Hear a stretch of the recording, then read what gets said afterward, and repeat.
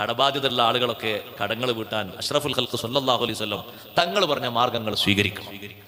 ചുളിവുകളും പഴുതുകളല്ല നമ്മുടെ ജീവിതത്തിൽ വേണ്ടത്. തങ്ങൾ എന്താണോ നിർദ്ദേശിച്ചത് അത് സ്വീകരിക്കണം.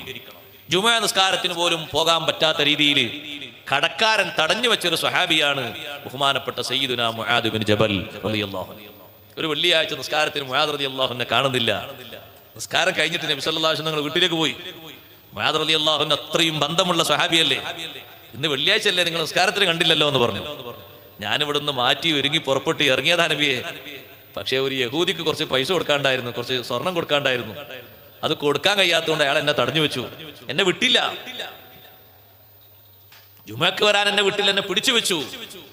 ഇത് പറഞ്ഞപ്പോൾ അഷ്റഫുൽ ഖൽഖ് സ്വല്ലല്ലാഹു അലൈഹി വസല്ലം നിങ്ങൾ പറഞ്ഞു, ഭൂമി നിറയെ നിങ്ങൾക്ക് ഒരാൾക്ക് സ്വർണം കൊടുക്കാനുണ്ടെങ്കിലും നിങ്ങൾ പേടിക്കേണ്ടതില്ല.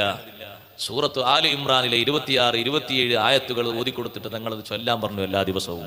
ഖുലില്ലാഹുമ്മ മാലിക്കൽ മുൽകി തുതിൽ മുൽക മൻ തശാഉ വതൻസിഉൽ മുൽക മിമ്മൻ തശാഉ വതുഇസ്സു മൻ തശാഉ വതുദില്ലു മൻ തശാഉ ബിയദികൽ ഖൈറു ഇന്നക അലാ കുല്ലി ഷൈഇൻ ഖദീർ തൂലിജുൽ ലൈല ഫിന്നഹാരി വതൂലിജുൻ നഹാറ ഫിൽ ലൈലി വതുഖ്രിജുൽ ഹയ്യ മിനൽ മയ്യിതി വതുഖ്രിജുൽ മയ്യിത മിനൽ ഹയ്യി വതർസുഖു മൻ തശാഉ ബിഗൈരി ഹിസാബ്.